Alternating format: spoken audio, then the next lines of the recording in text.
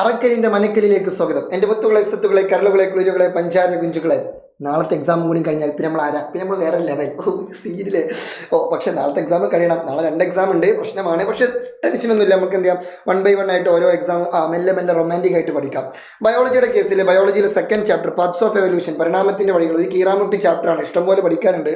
പക്ഷെ നമ്മൾ റൊമാൻറ്റിക് ആയിട്ട് പഠിക്കും. ഈ ചാപ്റ്ററിൽ പ്രധാനമായിട്ടും 2 ടോപ്പിക്കാണ് പഠിക്കാനുള്ളത്. ഒന്ന് എവല്യൂഷൻ അഥവാ പരിണാമം, 2 നെർവസ് സിസ്റ്റം അഥവാ നാഡീവ്യവസ്ഥ.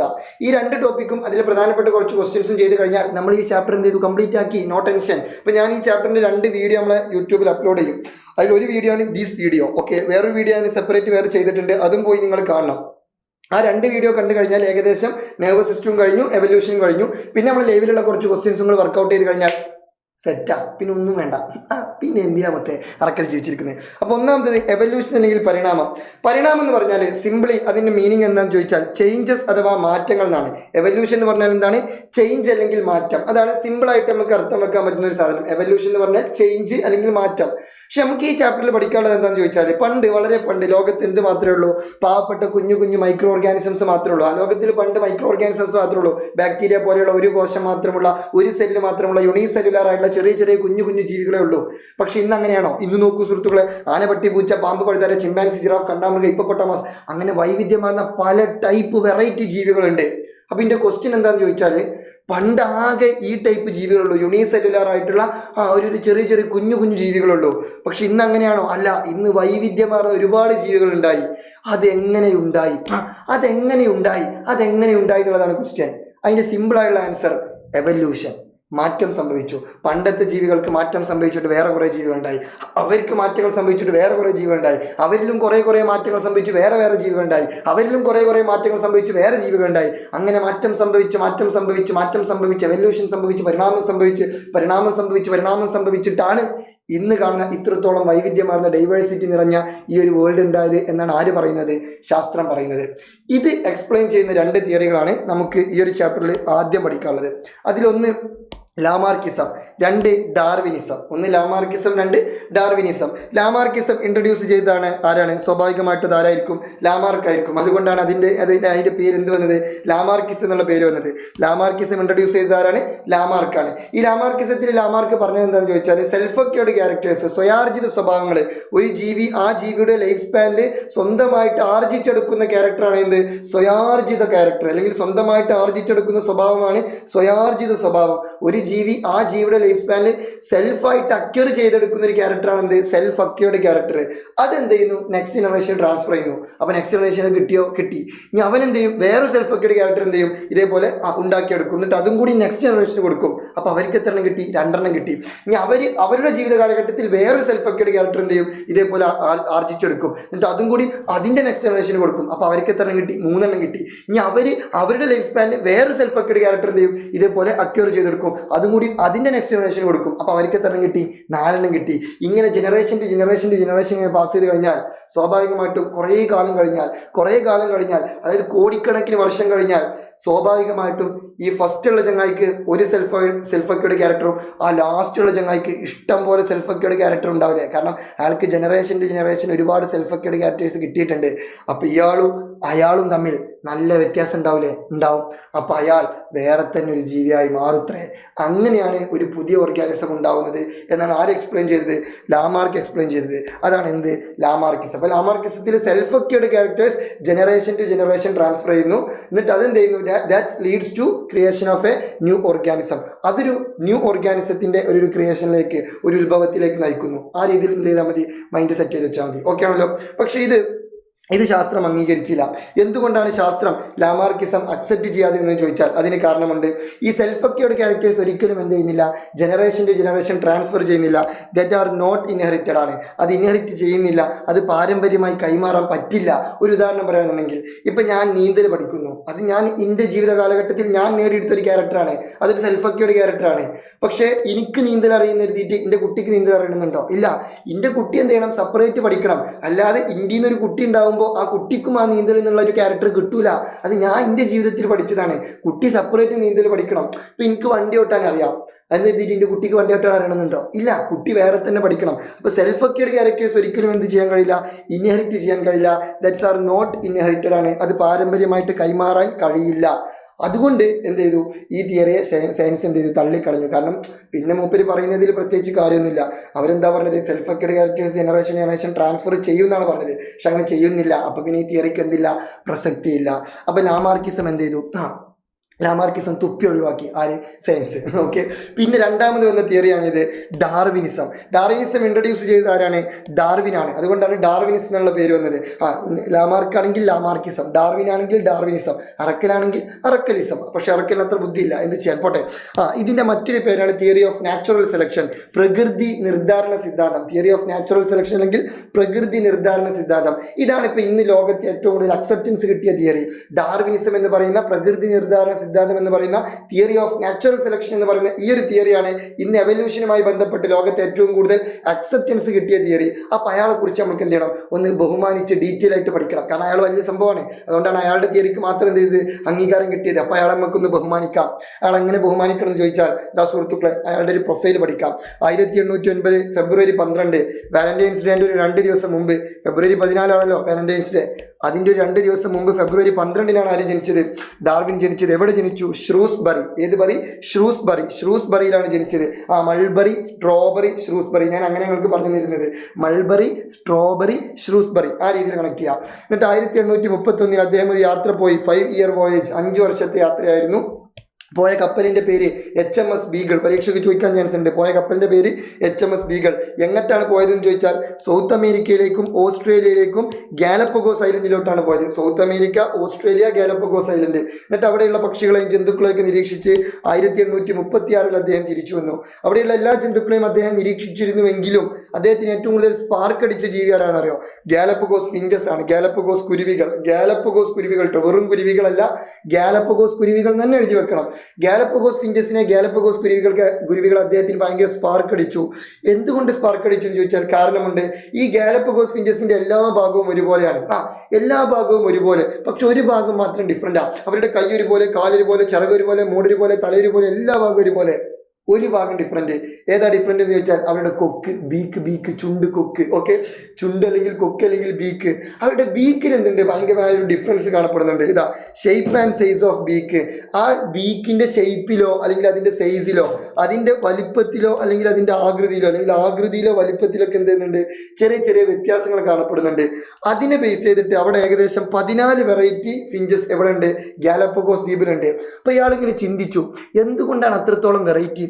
ഗാലപ്പഗോസ് ദ്വീപിൽ എന്തുകൊണ്ട് 14 വെറൈറ്റി, അല്ലെങ്കിൽ എന്തുകൊണ്ട് ഇവരുടെ കൊക്കിന്റെ ഷേപ്പും സൈസും മാത്രം ഡിഫറെന്റ് ആയി, അല്ലെങ്കിൽ എന്തുകൊണ്ട് കൊക്ക് ഡിഫറെന്റ് ആയി, എന്തുകൊണ്ട് ബീക്ക് ഡിഫറെന്റ് ആയി, ബാക്കിയുള്ള ഭാഗം ഡിഫറെന്റ് ആയില്ല? കൈ ഡിഫറെന്റ് ആയോ? ഇല്ല. കാല് ഡിഫറെന്റ് ആയോ? ഇല്ല. മൂഡ് ഡിഫറെന്റ് ആയോ? ഇല്ല. ഒന്നും ഡിഫറെന്റ് ആയില്ല. പക്ഷെ കൊക്ക് മാത്രം എന്തുകൊണ്ട് ഡിഫറെന്റ് ആയെന്ന് ചോദിച്ചാൽ കാരണമുണ്ട്. Due to the difference in the availability of food. അവർക്ക് ലഭിച്ച ഫുഡിലുള്ള അവൈലബിലിറ്റി, അവർക്ക് ലഭിച്ച ആഹാര ലഭ്യതയിലെ മാറ്റങ്ങൾ. ചില കുരുവികൾ കഴിക്കുന്നത് ലൈക്ക് പഴങ്ങളായിരിക്കും, ചില കുരുവികൾ കഴിക്കുന്നത് കള്ളിമുൾ ചെടിയാണ്, ചില കുരുവികൾ കഴിക്കുന്നത് പുഴുക്കളാണ്. അങ്ങനെ പല കുരുവികളും കഴിക്കുന്നത് പല ടൈപ്പ് ഓഫ് ഫുഡാണ്. അതുകൊണ്ടാണ് അവരുടെ എന്തിൽ ഡിഫറൻസ് വന്നത്, കൊക്കിൽ ഡിഫറൻസ് വന്നത് എന്ന് മാറി നോട്ട് ചെയ്തു. നമ്മുടെ ബഹുമാനപ്പെട്ട ഡാർവിൻ നോട്ട് ചെയ്തു. അപ്പോൾ പരീക്ഷയ്ക്ക് ഇവിടുന്ന് എങ്ങനെയാണ് ക്വസ്റ്റ്യൻ വരിക എന്നുള്ളതായിരിക്കും നമ്മളൊരു ക്വസ്റ്റ്യൻ, അല്ലേ? അതായിരിക്കും നമ്മളൊരു ചിന്ത. അതാണ് ഇവിടെ അടുത്ത ക്വസ്റ്റ്യൻ. ഇതാണ്, ഞാനൊരു ക്വസ്റ്റ്യൻ തരാം. The diversity in the beaks of finches on Galapagos Island helps them survive. അതായത് ഗാലപ്പഗോസ് ഐലൻഡിലുള്ള ആ കുരുവികളുടെ കൊക്കിന്റെ ആ ഒരു വൈവിധ്യം അവരെന്ത് ചെയ്തു, അവരവിടെ നിലനിൽപ്പിന് കാരണമായി, അവരവിടെ അതിജീവിക്കാൻ സഹായിച്ചു എന്നാണ് പറയുന്നത്. Explain this using the indicators given below. ഇതൊന്നും കൂടി എക്സ്പ്ലെയിൻ ചെയ്യാനാണ് പറഞ്ഞിട്ടുള്ളത്. അതായത് അവരുടെ കൊക്കിലെ വൈവിധ്യം കാരണം അവരവിടെ എക്സിസ്റ്റ് ചെയ്യാൻ സഹായിച്ചു. അത് നമ്മളൊന്ന് എക്സ്പ്ലെയിൻ ചെയ്യണം. 2 മാർക്കിൻ്റെ ക്വസ്റ്റ്യാണ്. അപ്പോൾ നമ്മൾ എങ്ങനെ പറയണമെന്ന് ചോദിച്ചാൽ, അവിടെ ഏകദേശം 14 വെറൈറ്റികൾ ഉണ്ടായിരുന്നു. അവരുടെ കൊക്കിൻ്റെ വലുപ്പത്തിലും ആകൃതിയിലുമായിരുന്നു വ്യത്യാസം ഉണ്ടായിരുന്നത്. എന്തുകൊണ്ട് വ്യത്യാസം എന്ന് ചോദിച്ചാൽ അവർക്ക് ലഭിച്ച ആഹാര ലഭ്യതയിലെ മാറ്റം കാരണമാണ് അവർക്ക് വ്യത്യാസം വന്നത്. അതിൽ ഓരോ കുരുവികളും ഓരോ ടൈപ്പ് ഫുഡാണ് കഴിക്കുന്നത്. എന്നിട്ട് വേണമെങ്കിൽ 2 കുരുവികൾ മാത്രം മെൻഷൻ ചെയ്യാം.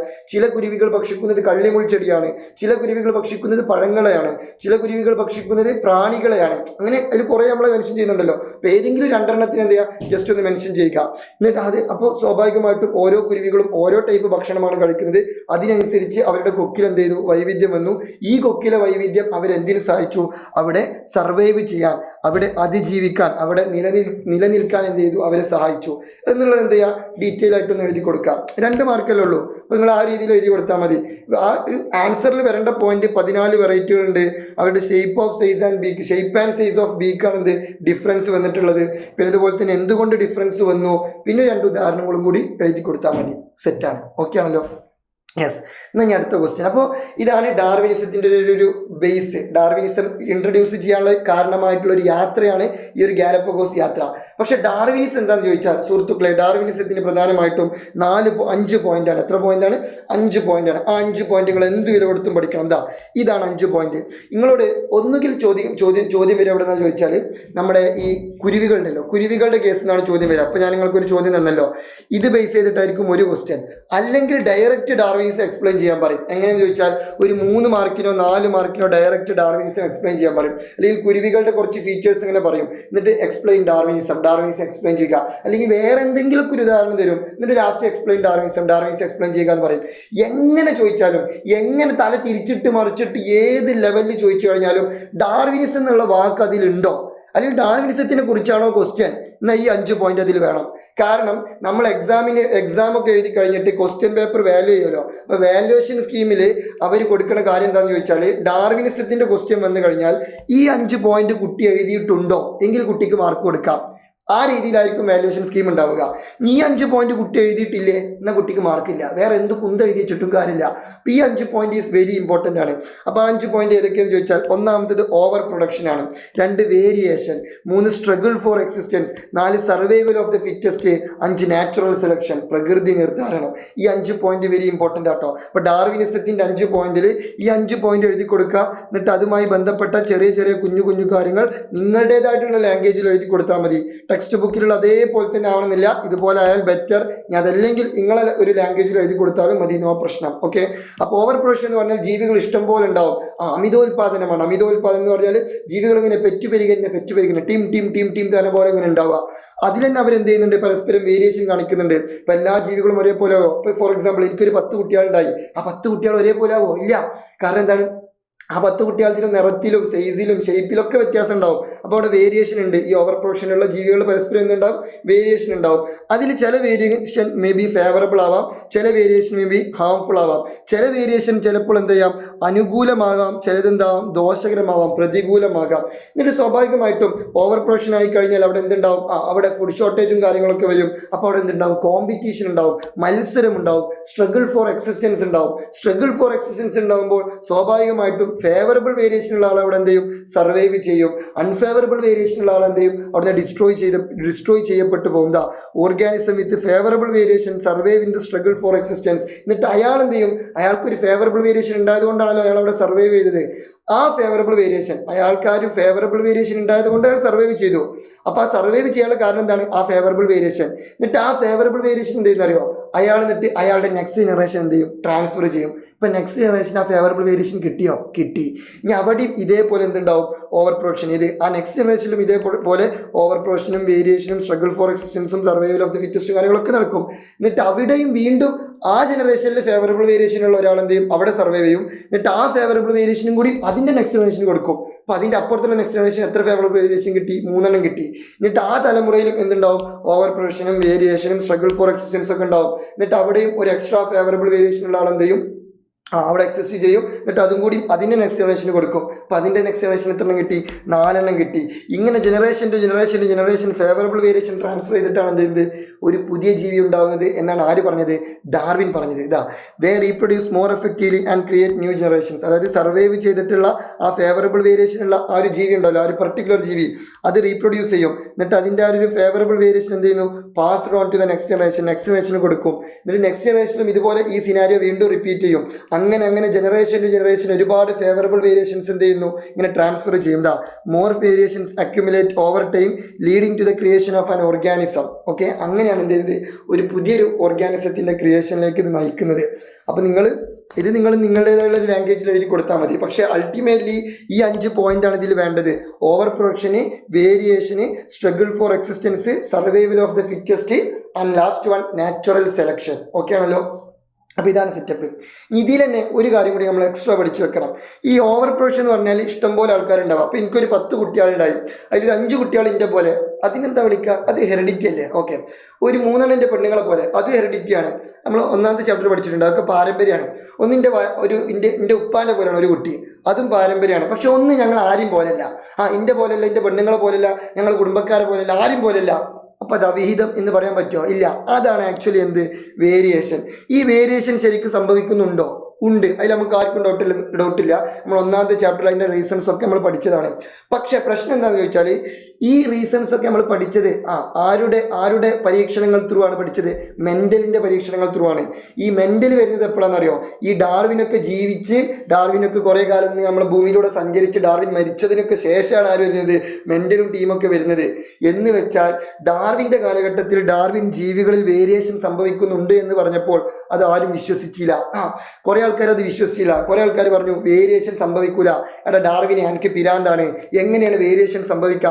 ഒരാൾക്കൊരു 10 കുട്ടികളുണ്ടായി, ആ 10 കുട്ടികളിൽ 2-3 കുട്ടികൾ അയാളെ പോലെയല്ല, അല്ലെങ്കിൽ അയാളുടെ പെണ്ണുങ്ങളെ പോലെയല്ല, അല്ലെങ്കിൽ അയാൾ ആരും പോലെയല്ല എന്ന് പറഞ്ഞാൽ അത് അവിഹിതമാണ്. അല്ലാതെ അത് എന്തല്ല, അത് വേരിയേഷൻ ഒന്നും അല്ല എന്നൊക്കെ പറഞ്ഞിട്ട് കുറേ ആളുകൾ എന്ത് ചെയ്തു? ഡാർവിനെ കളിയാക്കി. എന്ന് വെച്ചാൽ ഡാർവിൻ എന്ത് ചെയ്യാൻ കഴിഞ്ഞില്ല? ഈ വേരിയേഷൻ്റെ റീസൺ കണ്ടെത്താൻ കഴിഞ്ഞില്ല. അതുകൊണ്ട് ചില ആളുകൾ ഡാർവിനിസത്തിനെ തള്ളി പറഞ്ഞിരുന്നു. അതുമായി ബന്ധപ്പെട്ട ഒരു ക്വസ്റ്റ്യനാണിത്. Although Darwin's theory of natural selection was criticised. ഡാർവിൻ്റെ നാച്ചുറൽ സെലക്ഷൻ എന്ത് ചെയ്തിട്ടുണ്ടായിരുന്നു? ക്രിറ്റിസൈസ് ചെയ്തിട്ടുണ്ടായിരുന്നു, വിമർശിച്ചിരുന്നു. എന്തുകൊണ്ടെന്ന് ചോദിച്ചാൽ, he did not understand the genetic basis of variation. അദ്ദേഹത്തിന് വേരിയേഷൻ്റെ എന്തറിയില്ല? വേരിയേഷൻ്റെ ബേസ് അറിയില്ല, വേരിയേഷൻ്റെ അടിസ്ഥാനം അറിയില്ല എന്നുള്ളത് കൊണ്ട് കുറേ ആളുകൾ ഡാർവിൻ എന്ത് ചെയ്തിട്ടുണ്ട്? തള്ളി പറഞ്ഞിരുന്നു. ഓക്കെ ആണല്ലോ. പക്ഷേ ലേറ്റർ ഗെയിൻ വൈഡർ അക്സെപ്റ്റൻസ്. പക്ഷെ പിന്നീട് ഇതിന് ഭയങ്കര അക്സെപ്റ്റൻസ് കിട്ടി. എങ്ങനെ അക്സെപ്റ്റൻസ് കിട്ടി എന്നുള്ളതാണ് നമ്മൾ എന്ത് ചെയ്യേണ്ടത്? എക്സ്പ്ലെയിൻ ചെയ്ത് കൊടുക്കേണ്ടത്. Explain the statement based on the findings of neo Darwinism. അതാണ് നമ്മൾ ഇനി ആൻസർ ചെയ്യാൻ പോകുന്നത്. അതായത് ഡാർവിനിസം ഉണ്ടാക്കിയ സമയത്ത് കുറച്ച് ആളുകൾ അതിന് തള്ളി പറഞ്ഞിരുന്നു. എന്തുകൊണ്ടെന്ന് ചോദിച്ചാൽ, ഡാർവിനിസത്തിലെ രണ്ടാമത്തെ പോയിന്റായുള്ള വേരിയേഷൻ ഉണ്ടല്ലോ, വേരിയേഷൻ സംഭവിക്കില്ല എന്ന് കുറേ ആളുകൾ പറഞ്ഞു. പക്ഷെ ഡാർവിൻ പറഞ്ഞു വേരിയേഷൻ സംഭവിക്കുമെന്ന്. പക്ഷെ അത് എക്സ്പ്ലെയിൻ ചെയ്യാൻ പറ്റിയുള്ള ഒരു പ്രൂഫ് ആരുടെ കയ്യിലുണ്ടായിരുന്നില്ല? ഡാർവിൻ്റെ കയ്യിലുണ്ടായിരുന്നില്ല. Darwin's theory of evolution has been subjected to criticism. അത് ക്രിറ്റിസിസത്തിന്, വിമർശനത്തിന് വിധേയമായി. Because Charles Darwin has no idea about genetic base of വേരിയേഷൻ്റെ ജനറ്റിക് ബേസിനെ കുറിച്ച് ചാൾസ് ഡാർവിന് യാതൊരുവിധ ഐഡിയയും ഇല്ലായിരുന്നു.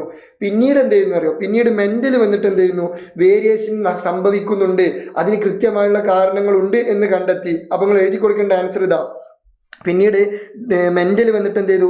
വേരിയേഷൻ്റെ കാരണങ്ങൾ കണ്ടെത്തി. എന്തൊക്കെയാണ് വേരിയേഷൻ്റെ കാരണങ്ങൾ ചോദിച്ചാൽ ദാ, 1 genetic changes, 2 genetic recombination, 3 gene flow. ഈ 3 കാരണങ്ങൾ മെൻഷൻ ചെയ്യാം. Genetic changes, genetic recombination, gene flow.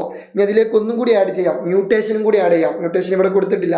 Okay ആണല്ലോ. ദാ ജനിതക മാറ്റങ്ങൾ, ജനിതക പുനഃസംയോജനം, ജീൻ പ്രവാഹം തുടങ്ങിയ കാരണങ്ങൾ കൊണ്ട് എന്ത് സംഭവിക്കാം? വ്യതിയാനം സംഭവിക്കാം. അപ്പോൾ ശരിക്കും എന്ത് സംഭവിക്കുന്നുണ്ട്? വ്യതിയാനം സംഭവിക്കുന്നുണ്ട്. അപ്പോൾ ഡാർവിൻ അന്ന് പറഞ്ഞത് ശരിക്കും പക്ക 100% എന്താണ്? സത്യം തന്നെയാണ്. പക്ഷെ ചില ആളുകൾ അന്ന് ഡാർവിനെ കളിയാക്കിയിരുന്നു. അത് അവർക്ക് അത്ര ബുദ്ധിയില്ല, അവർക്ക് ഡാർവിൻ്റെ അത്ര ബുദ്ധി ഇല്ലാത്തതുകൊണ്ടാണ് അവർ കളിയാക്കിയത്. പക്ഷെ പിന്നീട് അത് ശാസ്ത്രം എന്ത് ചെയ്തു? വ്യതിയാനം സംഭവിക്കുന്നുണ്ടെന്ന് ശാസ്ത്രം തെളിയിച്ചു. അതിൻ്റെ ഭാഗമായിട്ട് പിന്നീട് ഈ ഡാർവിനിസത്തിന് ഒന്നും കൂടി എന്ത് ചെയ്തു? ശാസ്ത്രം മോഡിഫൈ ചെയ്തു. ദാറ്റ് അപ്ഡേറ്റഡ് ഡാർവിനിസം, ദാറ്റ് പരിഷ്കരിച്ച Darwinism is known as neo Darwinism. അതിനെ വിളിക്കുന്ന പേരാണ് നിയോ ഡാർവിനിസം.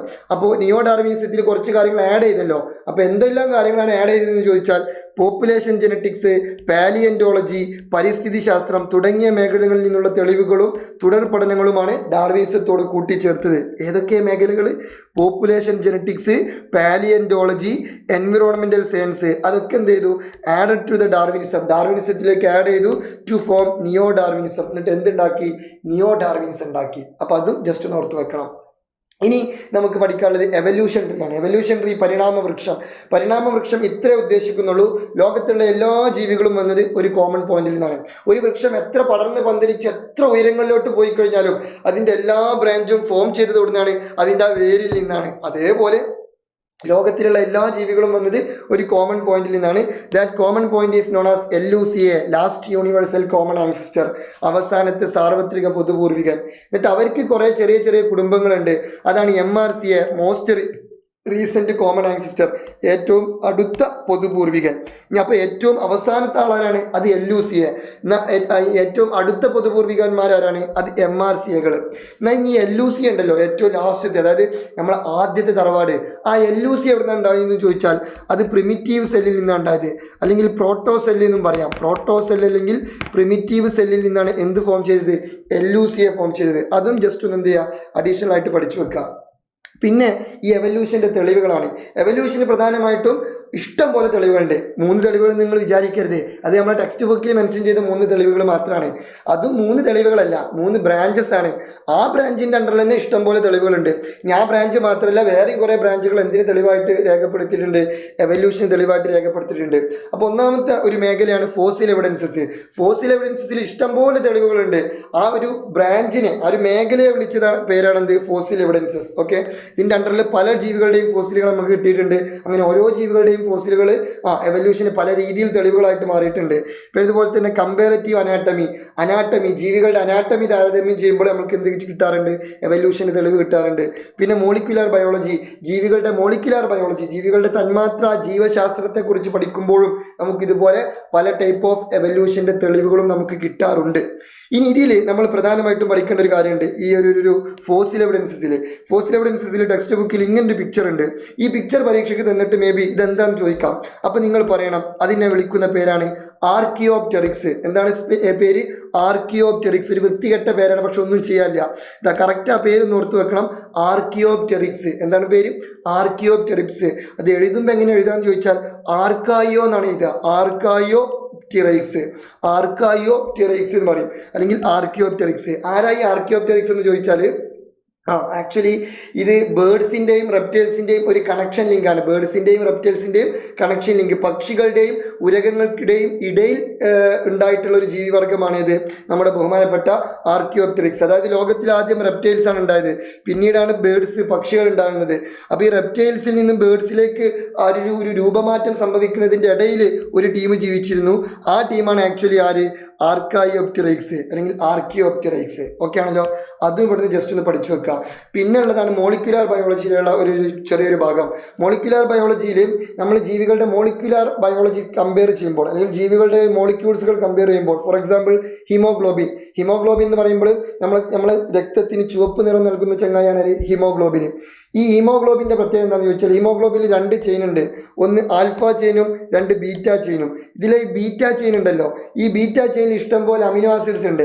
ആ അമിനോ ആസിഡ്സ് നമ്മളിങ്ങനെ എന്താണ് കൃത്യമായിട്ടൊരു പ്രോപ്പർ രീതിയിൽ അറേഞ്ച് ചെയ്ത് വെച്ചിട്ടാണ് നമ്മൾ ചെയ്ത് വെച്ചിട്ടുള്ളത്. അതായത് ഈ ബീറ്റ ചെയിനിൽ എന്താണ് കുറേ അമിനോ ആസിഡ്സ് ഇങ്ങനെ ഒരു പ്രോപ്പർ ഓറിയൻറ്റേഷനിൽ അറേഞ്ച് ചെയ്ത് വെച്ചിരിക്കുകയാണ് ചെയ്തിട്ടുള്ളത്. ഓക്കെ ആണല്ലോ, അപ്പോൾ ഈ അമിനോ ആസിഡ്സ് എന്ത് ചെയ്യുന്ന അറിയോ? ഈ അമിനോ ആസിഡ്സ് എല്ലാ ജീവികളിലും ഒരേപോലെയാണ് അറേഞ്ച് ചെയ്തിട്ടുള്ളത് എന്ന് ചോദിച്ചാൽ അല്ല. പക്ഷേ മനുഷ്യൻ്റെയും ചിമ്പാൻസിൻ്റെയും കേസിൽ ഈ ഹീമോഗ്ലോബിനിലെ ബീറ്റ ചെയിനിലെ അമിനോ ആസിഡ്സിൻ്റെ അറേഞ്ച്മെൻറ്റില്ലേ, അത് തമ്മിൽ വ്യത്യാസം ഉണ്ടോ എന്ന് ചോദിച്ചാൽ ഒരു വ്യത്യാസമില്ല. മനുഷ്യനും ചിമ്പാൻസിയും തമ്മിൽ ഹീമോഗ്ലോബിനിലെ ബീറ്റ ചെയിൻ അമിനോ ആസിഡ്സിൻ്റെ അറേഞ്ച്മെൻറ്റിൽ ഒരു വ്യത്യാസമില്ല. നമ്മൾ മോളിക്കുലർ ബയോളജി ഡീറ്റെയിൽ ആയിട്ട് സ്റ്റഡി ചെയ്യുമ്പോൾ നമുക്ക് മനസ്സിലാക്കാൻ പറ്റുന്ന ഒരു കാര്യമാണ്, മനുഷ്യൻ്റെയും ചിമ്പാൻസിൻ്റെയും ഹീമോഗ്ലോബിനിലെ ബീറ്റ ചെയിനിലെ അമിനോ ആസിഡ്സിൻ്റെ അറേഞ്ച്മെൻറ്റിൽ നോ വ്യത്യാസം. പക്ഷേ ഗൊറില്ല തമ്മിലാണെങ്കിലോ ഒറ്റ വ്യത്യാസമുള്ളൂ. എന്നാൽ എലി തമ്മിലാണെങ്കിൽ 31 വ്യത്യാസമുണ്ട്. ഇത് അർത്ഥമാക്കുന്നത് എന്താണെന്ന് ചോദിച്ചാൽ, മനുഷ്യരോട് ഏറ്റവും സാദൃശ്യമുള്ള ജീവിയാണ് ആര്? ചിമ്പാൻസി. അതുകൊണ്ടാണ് മനുഷ്യൻ്റെയും ചിമ്പാൻസിൻ്റെയും ഹീമോഗ്ലോബിനിലെ ബീറ്റ ചെയിൻ അമിനോ ആസിഡ്സിൻ്റെ അറേഞ്ച്മെൻറ്റിൽ ഒരു വ്യത്യാസവും ഇല്ലാതിരുന്നത്. അല്ലെങ്കിൽ നമുക്ക് സിമ്പിളായിട്ട് ചിന്തിച്ചാൽ മതി. ഇപ്പോൾ ഫോർ എക്സാമ്പിൾ ഒരു മനുഷ്യനും പട്ടിയും തമ്മിൽ എന്തെങ്കിലും ഒരു ബന്ധമുണ്ടോ? ഇല്ലല്ലോ. കാരണം ലുക്കിൽ തന്നെ നമുക്ക് ഒരു ബാഡ് ഉണ്ട്. പട്ടി വേറൊരു ടൈപ്പ് ജീവിയാണ്, മനുഷ്യൻ വേറൊരു ടൈപ്പ് ജീവിയാണ്. ഇനി ഒരു മനുഷ്യനും ആനയും തമ്മിൽ എന്തെങ്കിലും ബന്ധമുണ്ടോ? അതും ബന്ധമില്ല. പക്ഷെ ഒരു മനുഷ്യനും ചിമ്പാൻസിയും തമ്മിൽ കുറേ ബന്ധമില്ലേ? ഉണ്ട്. നിങ്ങൾ ജസ്റ്റ് ഒരു മനുഷ്യൻ്റെ ഫോട്ടോ ഒരു ചിമ്പാൻസിൻ്റെ ഫോട്ടോ ഇങ്ങനെ എടുത്ത് വെച്ച് നോക്കൊണ്ടു. ചിമ്പാൻസി കുറേ രോമങ്ങൾ ഉണ്ടെന്നുള്ളൂ. ചിമ്പാൻസി ശരിക്കും താടിയൊക്കെ പഠിച്ച് മീശൊക്കെ ഒന്ന് ട്രിം ചെയ്തൊക്കെ ഒന്ന് സെറ്റ് ചെയ്ത് ഒന്ന് ലുക്കിൽ വന്നു കഴിഞ്ഞാൽ മനുഷ്യൻ തന്നെ പക്കാ മനുഷ്യനും തുണി അഴിച്ചിട്ടുന്നാലും ചിമ്പാൻസി തുണി അഴിച്ചിട്ടുന്നാലും ഏകദേശം കുറേ പോലെ കാരണം കറക്റ്റ് ഒരേപോലെങ്കിലും കുറേ പോലെയാണ്. കാരണം മനുഷ്യനും ചിമ്പാൻസിയും വന്നത് ഏറ്റവും അടുത്തൊരു കോമൺ ആൻസിസ്റ്ററിൽ നിന്നാണ്. ഇവിടെ ഇത് അർത്ഥമാക്കുന്നത് എന്താണെന്ന് ചോദിച്ചാൽ, മനുഷ്യന് ചിമ്പാൻസി ഗൊറില്ലൊക്കെ ഏകദേശം ഒരു ടൈപ്പ് ജീവികളാണ്, അല്ലെങ്കിൽ ഒരു കോമൺ ആൻസിസ്റ്റർ, ഒരു തറവാട്ടിൽ നിന്ന് വന്ന ഒരു പൊതുപൂർവികനിൽ നിന്ന് വന്ന ജീവികളാണ്. പക്ഷേ എലി തമ്മിൽ എലി മനുഷ്യനെ കമ്പയർ ചെയ്യുമ്പോൾ ഒരു ബന്ധമില്ലല്ലോ. ദാറ്റ് മീൻസ് എലിയും മനുഷ്യനും എന്താണ് ഡിഫറെൻറ്റ് ആൻസിസ്റ്ററിൽ നിന്ന് വന്നതാണ്. അതുകൊണ്ടാണ് എലിയും മനുഷ്യനും തമ്മിൽ 31 അമിനോ ആസിഡ്സിൻ്റെ വ്യത്യാസം. ഇനി അതുമായി ബന്ധപ്പെട്ട ഒരു ക്വസ്റ്റ്യൻ ഉണ്ട്, അത് ചെയ്യുമ്പോൾ നമുക്ക് ഒന്നും കൂടി ഐഡിയ കിട്ടും. ഇവിടെ ഈ പെട്ടി തന്നിട്ടുണ്ട്. ഇത് നമ്മളോട് ചോദിക്കുകയാണ് which branch of biology is the evidence given in the table related to. ഈ ടേബിളിൽ കൊടുത്തിട്ടുള്ള ബ്രാഞ്ച് ഓഫ് ബയോളജി ഏത് എന്നുള്ളതാണ് ചോദ്യം. മോളിക്യുലർ ബയോളജി, തന്മാത്രാ ജീവശാസ്ത്രമാണ് ആ ബ്രാഞ്ച്. രണ്ടാമത്തെ ചോദ്യം explain the evolutionary relationship among the organism based on the information. ഈ ഇൻഫർമേഷൻ തന്നിട്ട് അല്ലെങ്കിൽ ഈ ഇൻഫർമേഷനെ ബേസ് ചെയ്തിട്ട് ജീവികൾ തമ്മിലുള്ള പരിണാമ ബന്ധത്തെ വിശദീകരിക്കാനാണ് പറഞ്ഞിട്ടുള്ളത്. എല്ലാവരും ഈ പെട്ടിയാണ് പഠിച്ചു പോവുക. ഇങ്ങനെയുള്ള ഒരു ക്വസ്റ്റ്യൻ ആരും എക്സ്പെക്ട് ചെയ്യുക. പക്ഷെ ഇങ്ങനെയുള്ള ക്വസ്റ്റ്യൻസാണ് ക്വസ്റ്റ്യനറിന് ഭയങ്കര ഇഷ്ടമാവുക. അയാൾ നമ്മളിങ്ങനെ കുടുക്കാൻ വേണ്ടിയിട്ട്, നമ്മളിങ്ങനെ ലോക്കാക്കാൻ വേണ്ടിയിട്ട് ഇങ്ങനത്തെ ഓരോ ക്വസ്റ്റ്യൻസാണ് തരിക. അപ്പോൾ ഇത് എന്താ അർത്ഥമാക്കുന്നതെന്ന് ചോദിച്ചാൽ സിമ്പിളാണ്, ഇത്രയേ ഉള്ളൂ. ഇവിടെ മനുഷ്യനും ചിമ്പാൻസിയും ഗൊറില്ലയൊക്കെ തമ്മിൽ എന്ത് ചെയ്യുന്നുണ്ട്, ഭയങ്കര സിമിലാരിറ്റി കാണിക്കുന്നുണ്ട് ഈ ഹീമോഗ്ലോബിൻ്റെ ബീറ്റാച്ചിൽ അമിനോ ആസിഡ്സിൻ്റെ അറേഞ്ച്മെൻറ്റിൽ. ദാറ്റ് മീൻസ് അത് ഉദ്ദേശിക്കുന്നത് മനുഷ്യനും ചിമ്പാൻസി ഗൊറില്ലയൊക്കെ ഏകദേശം ഒരു പൊതുപൂർവിക നിന്ന് വന്നതാണ്, ഒരു കോമൺ ആൻസിസ്റ്ററിൽ നിന്ന് വന്നതാണ്, ഒരു തറവാട്ടിൽ നിന്ന് വന്നതാണ്. ഇനി ഒരു തറവാട്ടിൽ നിന്ന് വന്നതാണെന്ന് എഴുതിയൊക്കെ എഴുതി, ഒരു പൊതുപൂർവികനിൽ നിന്ന് ഒരു കോമൺ ആൻസിസ്റ്ററിൽ നിന്ന് വന്നതാണെന്ന് എഴുതി വെക്കണം. ഓക്കെ ആണല്ലോ. എന്നാൽ അതേസമയം എലിയും മനുഷ്യനും തമ്മിൽ യാതൊരുവിധ പരിണാമപരമായ ബന്ധവുമില്ല. ബിക്കോസ് എലിയും മനുഷ്യനും വന്നത് ഡിഫറെൻ്റ് ആയിട്ടുള്ള പൊതുപൂർവികനിൽ നിന്നാണ്. അതുകൊണ്ടാണ് ഇവർ തമ്മിൽ ഇത്രത്തോളം വ്യത്യാസം. പക്ഷേ ഒരു കാര്യങ്ങൾ എല്ലാവരും മനസ്സിലാക്കണം, അൾട്ടിമേറ്റ്ലി ഈ എലിയാവട്ടെ, പട്ടിയാവട്ടെ, പൂച്ചയാവട്ടെ, ആനയാവട്ടെ, കുതിരയാവട്ടെ, തെങ്ങാവട്ടെ, കവുങ്ങാവട്ടെ, ബാക്ടീരിയകളാവട്ടെ, എന്ത് കുന്തമാവട്ടെ, ലോകത്തിലുള്ള എല്ലാ ജീവികളും അൾട്ടിമേറ്റ്ലി വന്നത് ആ ഒരു ഫസ്റ്റ് പോയിന്റിൽ നിന്നാണ്. ആ പോയിന്റ് ഞാൻ നേരത്തെ നിങ്ങൾക്ക് മെൻഷൻ ചെയ്തിരുന്നു. ആ പോയിന്റ് ഏതാണ്? LUC അഥവാ ലാസ്റ്റ് യൂണിവേഴ്സൽ കോമൺ ആൻസിസ്റ്റർ ആണ്. അതും ജസ്റ്റ് നമ്മളൊന്ന് പഠിച്ചു വെക്കണം.